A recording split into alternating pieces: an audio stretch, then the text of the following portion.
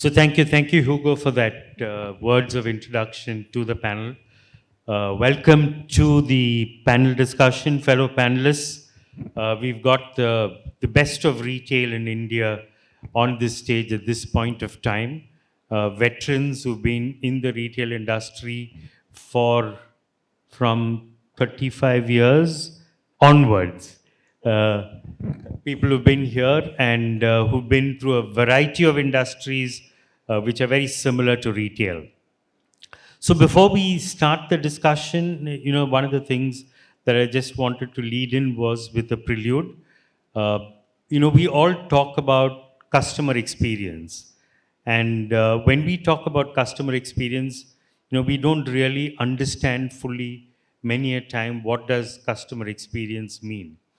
Traditionally, we've relied on the fact that we are brand-led companies. Then we feel that we are retail companies. And what is most important is what we offer to the customers rather than what the customer can offer to us. So often when we think of customer experience, we think of it at a brand or product level to make sure that we've got the right products for the right set of customers that we are wanting to target, which are made with the right quality and priced appropriately and sold in the right environment. And we think that once we do all of that, customer experience will be superb. But when you think of it from the customer side, think of what the customer believes. The customer says that I have many choices to make. So if I want to buy, let's say, casual wear, as a lady, she might say that these X brands are my choices. The second part of it is that these Y locations are the places where I can buy these X brands. Third part of it would be the fact that I can either decide to buy this by going to a store or I can decide to buy it online. The fourth part of it is that across channels, across brands, how do I make sure that I find the right fit? And when I say fit, what I'm meaning is the right kind of garments priced right, which I can afford to buy. In the olden days, we used to have a phenomenon called showrooming. This still happens today, which is that you had customers walking into the store, looking at the products and looking at the prices, trying it on, understanding the functionality of that product, and then going back home and buying it online because they think that prices online are better than in the store. But today, because of technology, web scraping, and several things like that, price no longer has become a differentiator like it used to be in the past. So what we are seeing today is customers go online first in many cases, look at what they want to buy. They are then armed with knowledge about what they want to buy, then walk into stores and experience the brand, try it out, and then make a purchase. So it's not about the fact that, people are likely to buy offline or people are likely to buy online.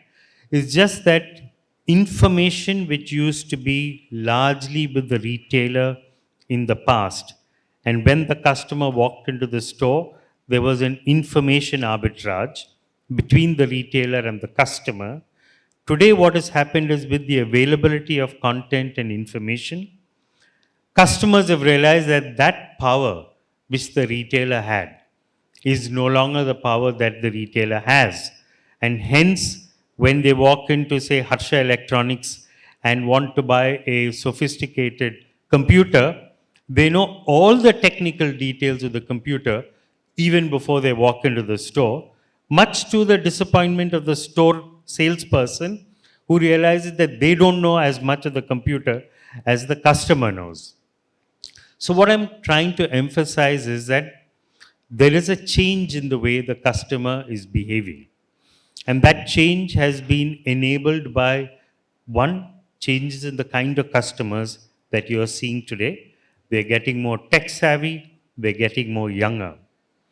Changes in the number of channels that they can buy from, which means that how do you keep track of where the customer has gone before they have come to you?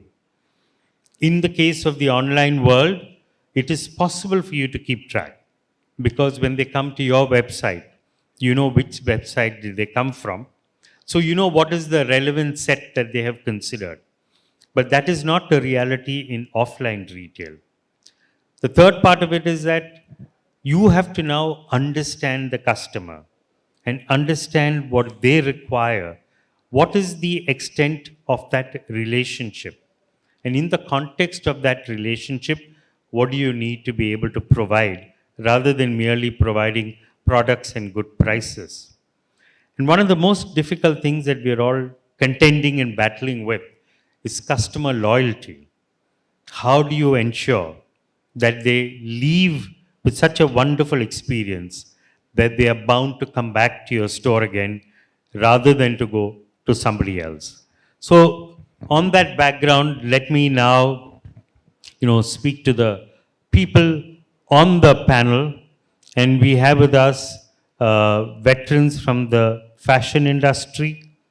We have people who have come in from the FMCG products and services industry, and people like Radha who've been for the longest period of time, I know him, in the food services retail industry. So Radha, since I know you the longest, let me ask you this. When you were with Spencer's Retail, and when you were leading the giant hypermarket, and then when you were with Reliance Retail, retail was all about making sure that you had a store which was well merchandised, which was where you had a great ambience, which was well located, and was constantly replenished with what you thought was the appropriate merchandise for the customer base. It might help for us to understand whether retail has changed from that first, and in the context of retail changing from that, and in the context of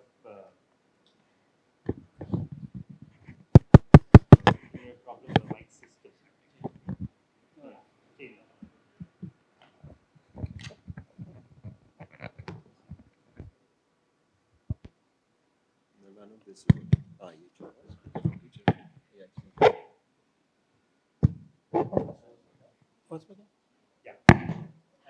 In the context of the retail changing, what are some of the changes that you're beginning to see as far as customer requirements go?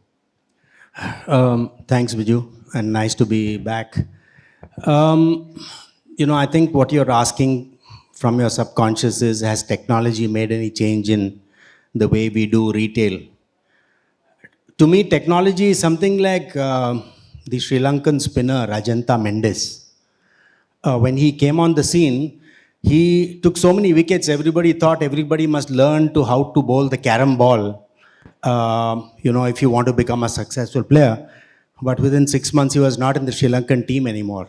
So technology, you got to wait a bit to see what it is doing.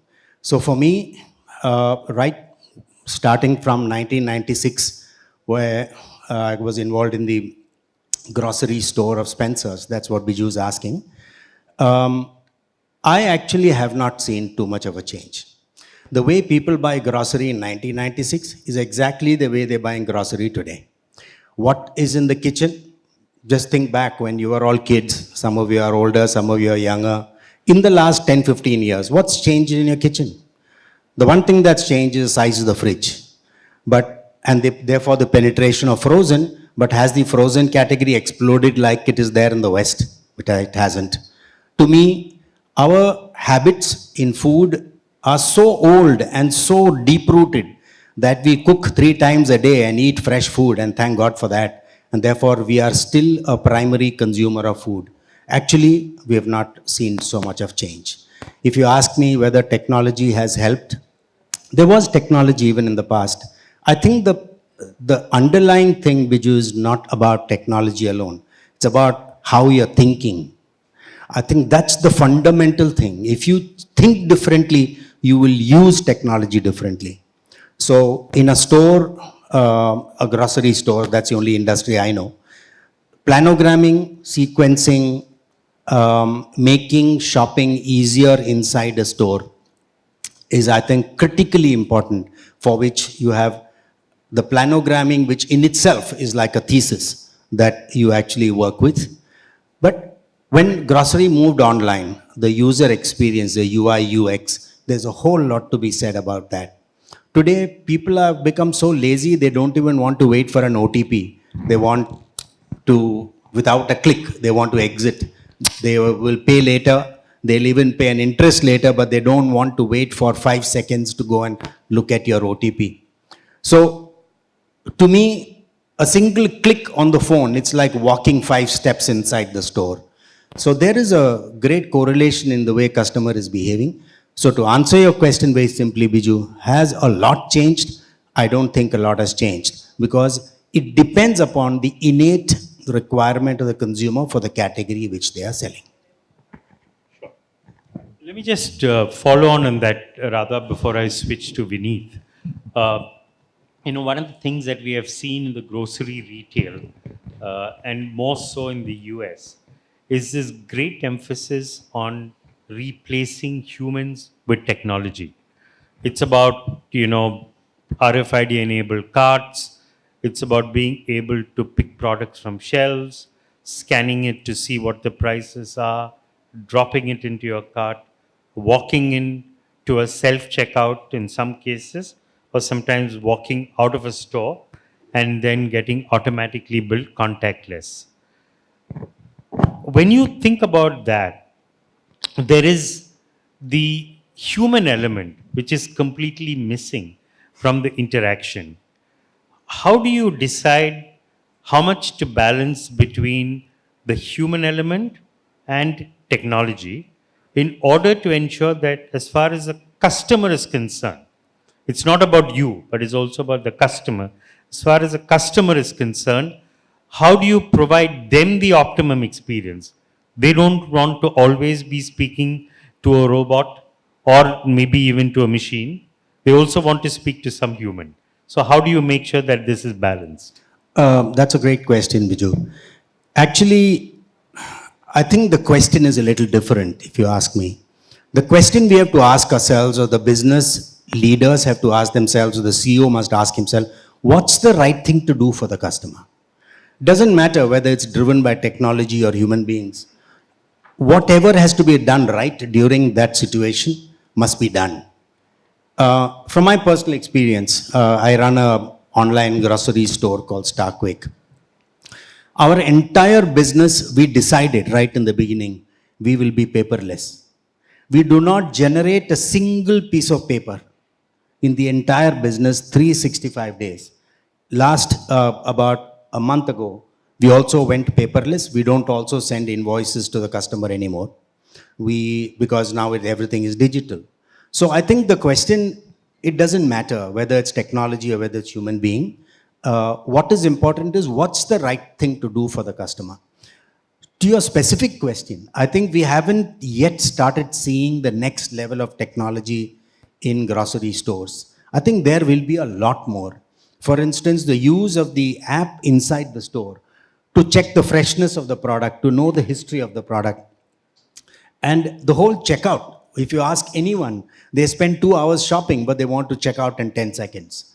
When is it that we can actually walk out without having to stand in a line? I think that's the biggest problem that you have to solve as far as grocery is concerned and large stores are concerned. Nobody wants to even spend a minute after 1 hour of shopping. And self-checkouts have not been entirely successful everywhere. RFID has been very good, but it depends on the industry. For instance, if you go to Decathlon, they do 100% RFID. And Westside is also going into RFID. So there are companies which are going to use that technology. But I remember when I was in Reliance, we looked at RFID. I think we were before our times. The RFID chip itself was not lending itself to that kind of an interaction at the POS. But today, I think those technologies, if you ask me, haven't even started making an entry into the store. We are just going to see the best part of technology as far as that is concerned. Thank you, Vineet. Let me just switch that question in a slightly different manner to you, which is that in fashion retail, there is a lot of interplay between technology, customer behavior, purchase, and design. And one of the things that is often looked at, and Manish, this will also be relevant to you, is that there is a lot of emphasis on trying to figure out what do customers look at, what have customers chosen, how to make sure that the entire trial room process is lot less painful, and how do we ensure that we get early insights into what are the top sellers of the new season's collection. Now, when you think about it, a lot of this is actually related to the retailer. But on the other hand, when you think a little more about it, you realize that a lot of it is also related to how the customer feels about their experience in your store, whether it's the availability of the new season's merchandise or whether it's the less painful trial room experience. So how do you think again of the same thing which I was asking Radha about using technology within the store in order to make sure that the customer experience is elevated? Morning, everyone. Thank you, Bijou, about this question. I think it's an interesting one. I don't have an easy answer for it. I think technology plays multiple roles. I think you asked also multiple aspects of question in the fashion business. What is about assortment planning? And I think there tech plays a large part because the kind of analytics you can run and the kind of early trends that you can see using technology especially through AI, ML, is far larger as a use case. And I think a lot of them are using it, and we also use it. We use also a lot of tech to forecast trends because we are a trend-setting business rather than a trend-following business. So in our case, there are different use cases of technology. But I think end of the day, you still need a balance between tech and human, because what is that trend that is relevant to you? We looked at when we were adapting this AI-based forecasting with Stylumi, actually is one of the partners here, with Ganesh, great friend. There were so many trends. Now, which out of that trend is relevant to you is something which you need to take a gut call on finally. There is data to support it, but end of the day, it is a balance between what you understand about your consumer, your brand DNA, and then finally what the trend is going to be. And how do you amalgamate that to present a collection to the consumer which will be relevant to your store. So there are hundreds of trends that are coming in. So their technology plays a large part. I think one part more, which also I sent, I think about planogram. How do you present the right product, the right trend product that the customer will pick up quickly at the front of the table, because that's what is inviting the customer inside the store. There you can use technology. But I think the trial room experience, nothing changes. You still need a person there helping the consumer try, because that is the moment of truth. And if that you outsource to tech, if you, in a way, see, I think processes that are repetitive, technology is fantastic at it. The moment you need a customized approach, I think we need help with from people perspective. And I'll put it in a context of India, this self-checkouts in the globe, and Manish and we were sitting and looking at when the video was running, how many of them are successful in India. Globally, fantastic, a lot of use cases. Moment you come to India, I hardly see a successful use case of self-checkout. I think IKEA is the best at it, and they're a global success on self-checkout. And I think a few weeks back, I was at IKEA. They have about 10 counters, 10 people standing there to assist. You'd rather put a cashier in the same price and improve the experience, because every time you're struggling, then someone comes in and it actually worsens the experience rather than improving the experience. So I think it needs to be played in a way. I think we are a little bit ahead. Yes, I know the youngsters want to fiddle around with it, have fun with it, but no one is using those self-checkout. I see it in many stores. I think Manish will also share, even to the Zara store the other day. There also they have self-checkout. But should we not adapt it? We should, because there are learnings from it. I think in fashion and retail today, the biggest use case of technology is where you have repetitive processes. Can you make that simplified? When I got this big write-up from you on this topic, I want to share an example, and I think it's very relevant on technology and customer service. I read it on LinkedIn. There's a lady whose mother expired after 30 days in a hospital, and every day, every year when the death anniversary happens, they send her a message saying "miss you." Now the hospital is not realized that this is a death anniversary. Someone passed away. They are realizing that "miss you. You should come for a health checkup." Now I think it's someone used technology perfectly to find the right thing, but is it relevant for that customer? I think that's something we need to look at it from a use case perspective, and that's where how do you imbibe technology in the organization, in employees? I think everything cannot be automated. Everything cannot be just left to technology, and I think that's where I will say there needs to be a balance. Mundane task, definitely take it out and use technology. Understanding consumers, please use technology. Understanding trends, use technology, but adapt it to how you and your brand thinks about it. So I think I'll leave it that. Thank you. And I'm just picking up on Miss You. So Manish, I'll come to you a little later, but I wanted to go to Rajiv. Rajiv, in the services industry, and you're both familiar with both FMCG and services. But when you look at the services industry, especially in your business, there's a certain repetitiveness. And one of the most important things about repetitiveness is that how well you're able to anticipate the need of the customer before the customer himself or herself understands that there is a need. How well do you use technology to be able to do that? And how much does it go in terms of building the customer experience for the brand? Thank you so much, Bijou. So our business is quite different from the rest of the panel here. We are into services, and we are into very personal services. It's almost like a touch feel business. And it's also run by experts. Okay, we run about 100 dermatologists, which are basically MD doctors working with us, working with clients. So the volume or scale of consumers is not as big as some of the businesses that we are talking about here, but the level of expertise involved is extremely high. Now, doctors have been treating us the same way for the last so many years, and if we are from India, we have always been looking up to doctors for advice. We have been always saying doctor's word is God's word, right? But that's true when it comes to critical care services, when you actually have a sickness and you're solving that problem. In our case, it's aesthetic dermatology, which means the services are extremely discretionary. The customer can choose not to spend money on these kind of services, and these are not cheap services. These are expensive. So one of the things is, how do you really bring the doctors to come closer to technology and actually say that they are also service providers?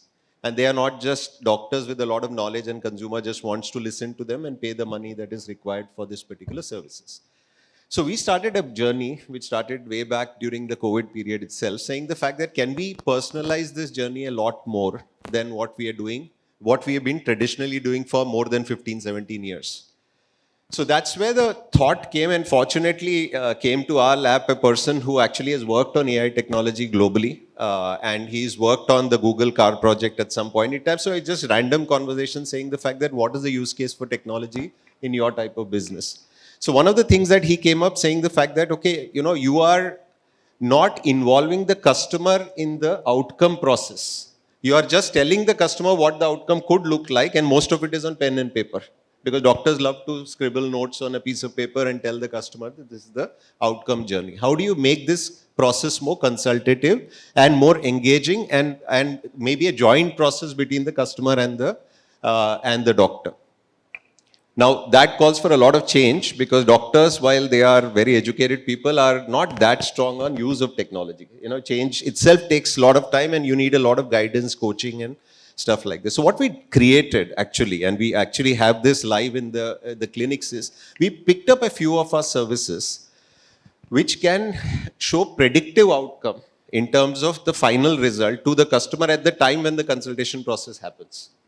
Okay, so for example, a pre-image of a customer can be converted into a post-image, not by photoshopping, but by using tons of data on images that you have stored over a period of time, right? And you may keep improving the quality of the machine learning over a period of time, and that improves the quality of outcome that you can show to the customer.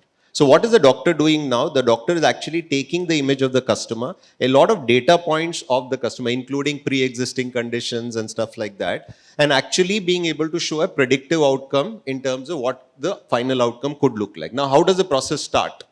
The process starts with a ton of data on images which are being annotated individually by doctors to be able to say that these are the challenges or problems that a particular face could have. Okay, and when a new customer comes in using that annotated data, it will actually immediately show you what are the issues on your face. So what happens is instead of the doctor talking down to the consumer, you actually showing the customer these are the issues on your system, and these are possibly the predictive services and products that I can offer to you. Okay, the doctor still continues to be the expert, but there is something that is guiding the doctor as well there. And as you keep coming in our business, what happens is you sell packages and the customer keeps coming service after every 2 months, 3 months, the customer is coming into the clinic. You can actually show the percentage of improvement that has actually happened in the client after 1 service, 2 service, 3 service, etc. And finally, you could show the predictive outcome versus the visual that was shown at the start of the service. We have not reached that stage. Okay, it's very complicated because we don't know how the ML model and the AI model really works, because the percentage improvement can vary from consumer to consumer, right? And unless you have fair bit of certainty, you cannot actually express to the customer at the start of the service that this is definitely going to be the predictive outcome. So for example, today we have about 70% accuracy in terms of the predictive that we are actually doing. So that's one bit on which we are using technology. Currently, for example, if you do an acne service with us or a pigmentation service with us, you can actually see this product working live in our clinics.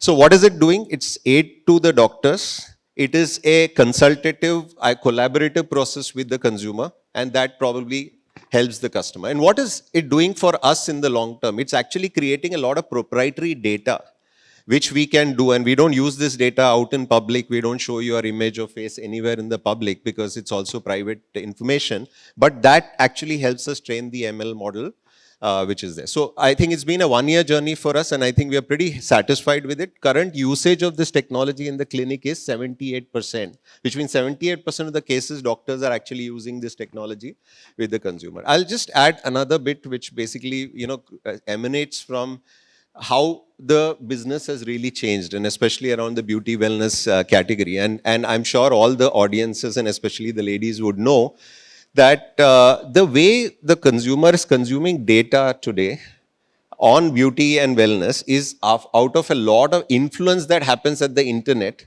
and the outcome actually happens at the physical store or wherever. For example, the bloggers, the influencers, the videos, the expert videos, all of these kind of things actually have become the source of information.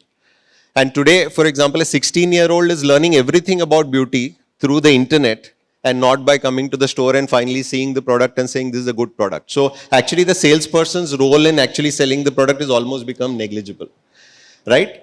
You just need availability and the person will buy. The person will come to a store, actually try out the product and maybe buy on the internet. But I think the role of social media on the beauty segment has actually gone up substantially. And today, for example, the Nykas of the world have been built around the kind of information that they are disseminating on the internet.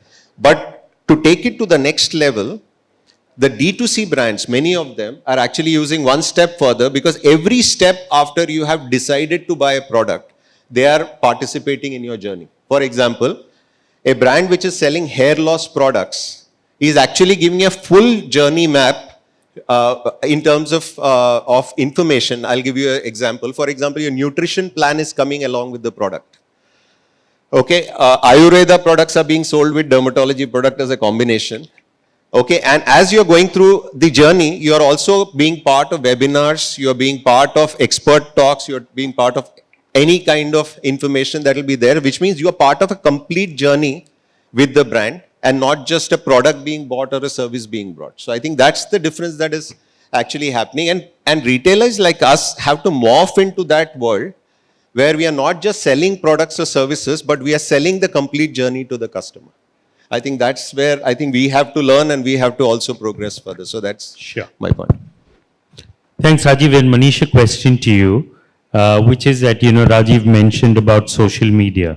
And one of the things that we have seen over the last 5 to 10 years has been the proliferation of social media.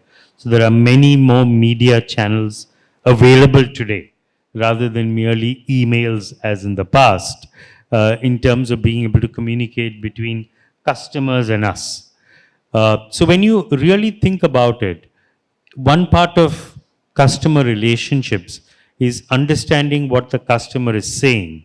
Second part is to be able to respond. So when you think about understanding what the customer is saying, and when you look at the multiple social media sites which are available, just managing conversations across a multitude of sites also becomes extremely critical.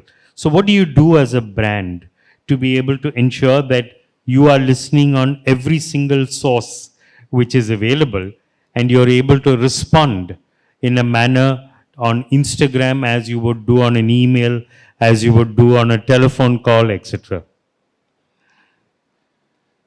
So I think, again, it's become much more complex as compared to as in customer just coming to the store and then you have data in terms of what they were buying, or in terms of store interactions, a store manager or a store employee coming back and saying this is what the customer told me.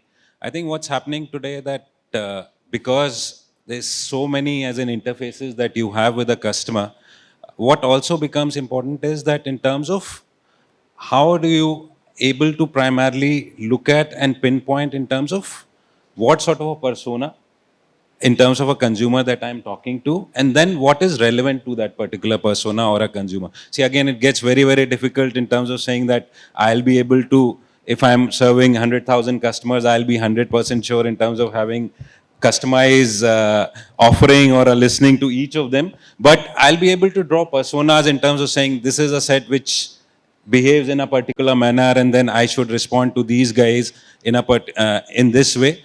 And that's where I think the whole, basically all these inputs that come in, the way we are looking at marketing, I think that's going a huge change in terms of how it was in the past, wherein, so think of it as in, you would do one brand campaign in a season and then that was all about it, and 3-4 weeks spurt and you are done, because then you want the customer, based on that marketing campaign, you will generate that curiosity, they'll come into your store, look at what you've made as a collection and then buy. Today what's happening is there is constant conversation back and forth from the consumer. You are actually looking at effectively talking stories all through the seasons, looking at as in specific things wherein, let's say, a consumer might look like as in be interested in a pink color polo, so you as in give him that option in terms of that pops to him. So I think the way that we are looking at the whole experience, it's changing, and it's not changing in terms of just the way that we sell, but also in terms of how we interact with them and how do we market them and market to them in terms of having that individual flavor to a particular customer set. What you're saying is that there is a need to understand a customer at a unit level and create a personalized solutions for them, as opposed to looking at one mass solution which you will hopefully work for all. Right. I think that's the essence of what you've mentioned. And again, it's not something that you will just do it once and finish it off. It's constant. So it's not wherein as in there was one single message for everyone. It's like a message which is there, and it keeps changing, and you keep on as in basis. So I might look at a denim today, but I might be looking at, let's say, a t-shirt tomorrow. I might be looking at a shirt day after. So it's not about as in just talking about denim at all through the 6 weeks or 8 weeks. It's also in terms of saying that as in what is it that you are looking at today, and am I able to offer something on that particular domain? Sure. Rather, this question is to you. It's about trying to understand how do you optimize between cost and customer experience. Let me give you an example.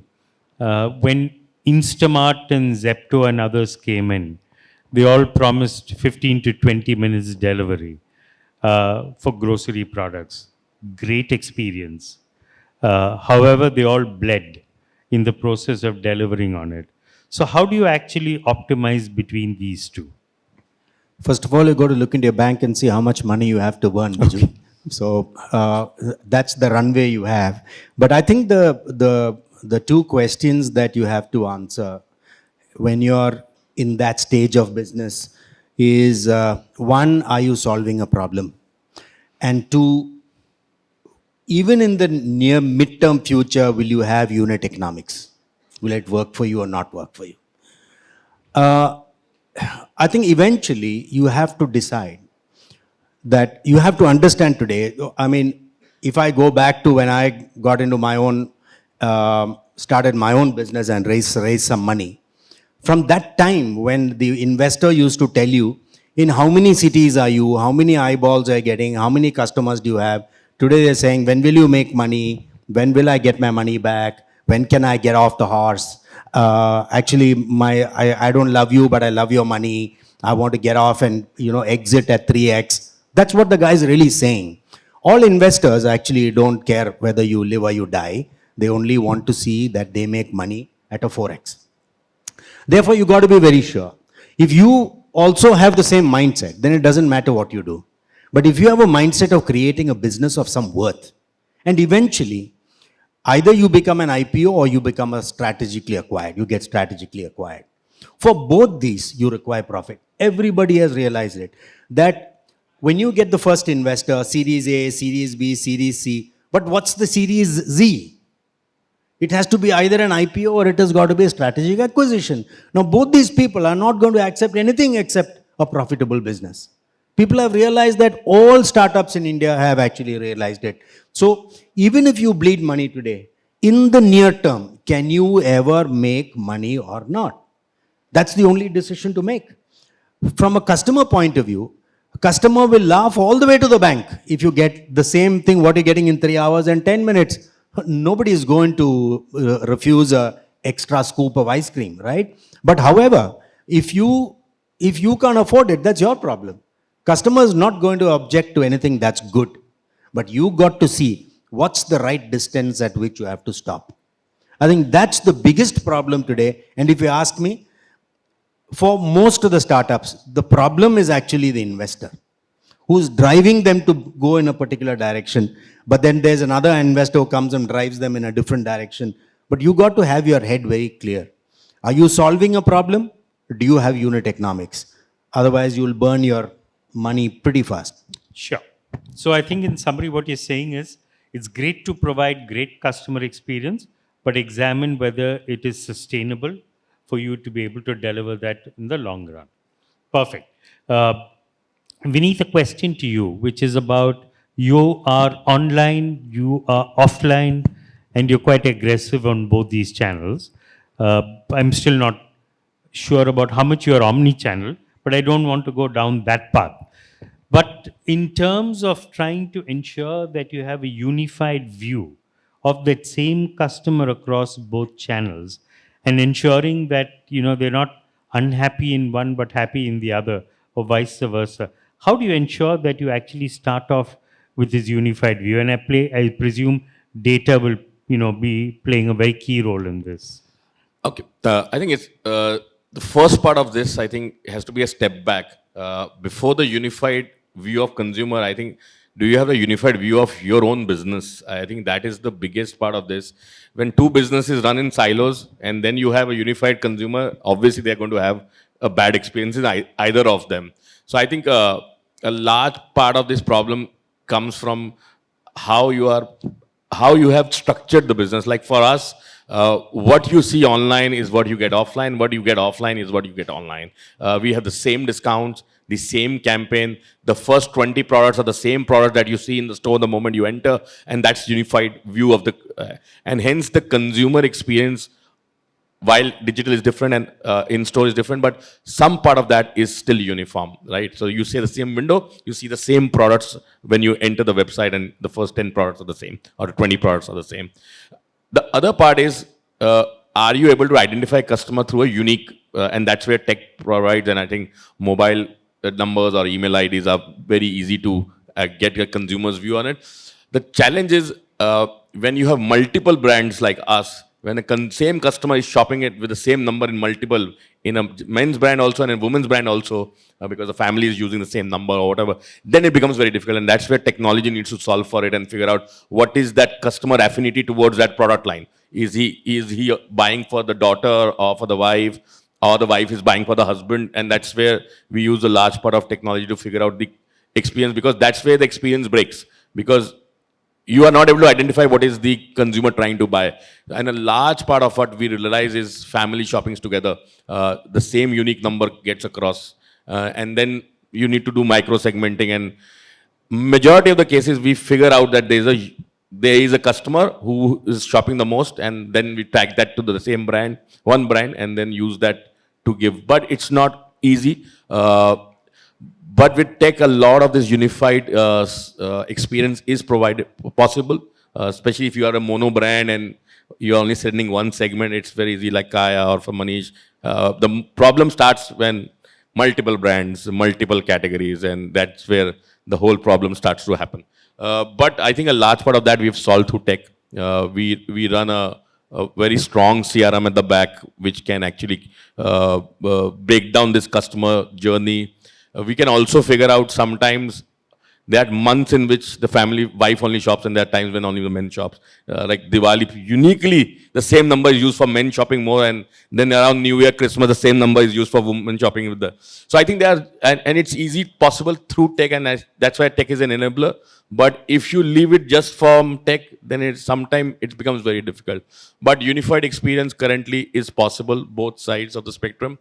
But if you do not control the inventory, and that is where have the right structure of the organization, that's when both this I will say experiences falter, because one place you're offering a 10% discount or a new consumer acquisition promo, and in the stores you're running something else, and then the customer says, okay, I see your store, I try here, but I'm going to buy online because I'm getting a better discount. The last part is when you don't have your own e-commerce. We have a very large partner with Myntra and Ajio, and they also keep running their own campaigns, and it's difficult to control all of them. And that's when we have something called a price match, because we own the inventory across the category. We also own the inventory on Myntra. We don't sell it to them. So if they are putting a campaign on their own, we try to do a price match so that we don't lose the consumer experience. It's not widely used, but it's just a very big customer confidence builder. And more than customer confidence builder, I think it's a staff confidence builder. Because the first problem is the employee. कि वहाँ discount लगाया, इधर customer नाराज हो रहा है. So I think it's something that we've tried to do, but not widely used. Thanks, Vineet.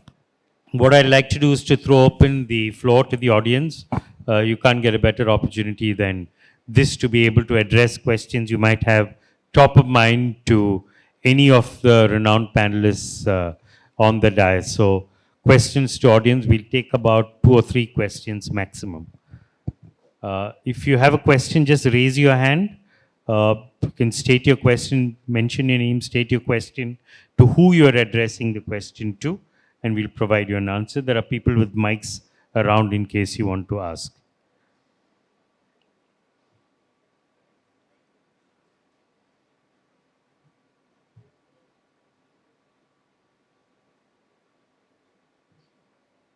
Sure. I think the discussions have been reasonably self-explanatory, so there aren't seemingly any questions. I'd like to ask Rajiv a question to you. Again, coming back to the services business, which you clearly articulated earlier.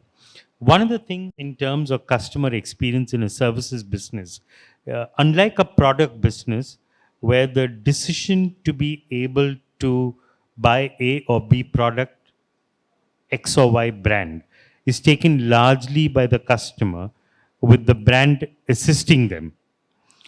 In the case of services, a lot is left in your hands to be able to deliver satisfaction to the customer. So how do you actually measure two things? One is, what is their expectation? And the second, how well have you delivered on their expectations? Yeah.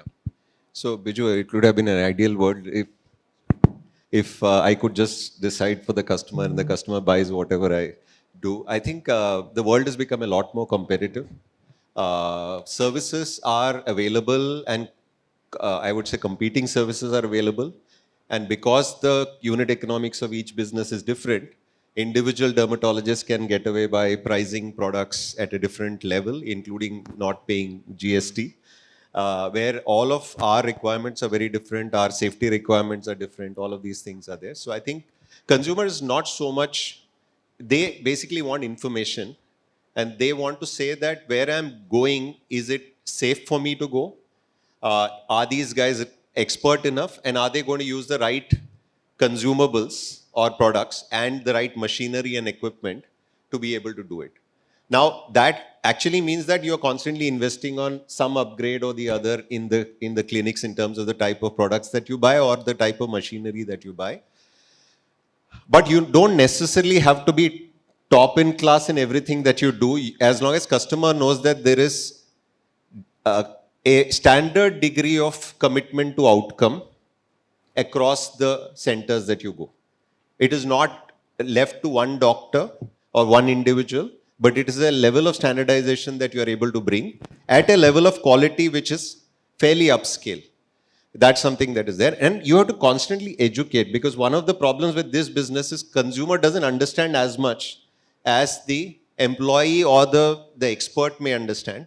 But your job is to go out there in media, in social media especially, and actually say why it is safe to do a particular procedure or service which is there. Because some of these are very cryptic and global ideas that are coming to India. I'll give you an example.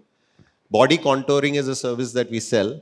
Cool Sculpt is a brand. Apparently, they've done some millions of procedures in the US, but Indian consumers don't know it. But I have to spend at least one continuous year explaining to our own employees that this service actually gives you result. Because till such time employee has seen the result, the technology is fairly new to them as well. At the same time, the consumer actually doesn't know enough. So you have to give backed by research information and through a lot of testimonials of consumers who are actually got results that, okay, you know what, peer to peer, the consumer feels that the quality of what is being delivered is high quality.